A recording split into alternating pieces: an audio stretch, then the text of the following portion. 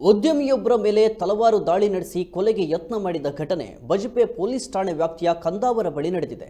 ಕಂದಾವರದ ಕೈಕಂಬ ನಿವಾಸಿ ಅಬ್ದುಲ್ ಅಜೀಜ್ ದಾಳಿಗೊಳಗಾದ ಉದ್ಯಮಿಯಾಗಿದ್ದು, ಕಳೆದ ರಾತ್ರಿ ರಸ್ತೆಯಲ್ಲಿ ನಡೆದುಕೊಂಡು ಹೋಗ್ತಿದ್ದ ಸಂದರ್ಭದಲ್ಲಿ ಇಬ್ಬರು ಯುವಕರು ಅಜೀಜ್ ಅವರ ತಲೆ, ಕೈ, ಕಾಲಿಗೆ ತಲವಾರಿನಿಂದ ದಾಳಿ ನಡೆಸಿ ಬಳಿಕ ಪರಾರಿಯಾಗಿದ್ದಾರೆ ಎನ್ನಲಾಗಿದೆ. ಇನ್ನು ಈ ದಾಳಿಯ ವೈಯಕ್ತಿಕ ದ್ವೇಷದಿಂದ ನಡೆದಿದೆ ಎಂಬ ಶಂಕೆಯನ್ನ ವ್ಯಕ್ತಪಡಿಸಲಾಗಿದ್ದು, ಗಾಯಗೊಂಡ ಅಜೀಜ್ ಅವರನ್ನ ನಗರದ ಖಾಸಗಿ ಆಸ್ಪತ್ರೆಗೆ ದಾಖಲಿಸಲಾಗಿದೆ.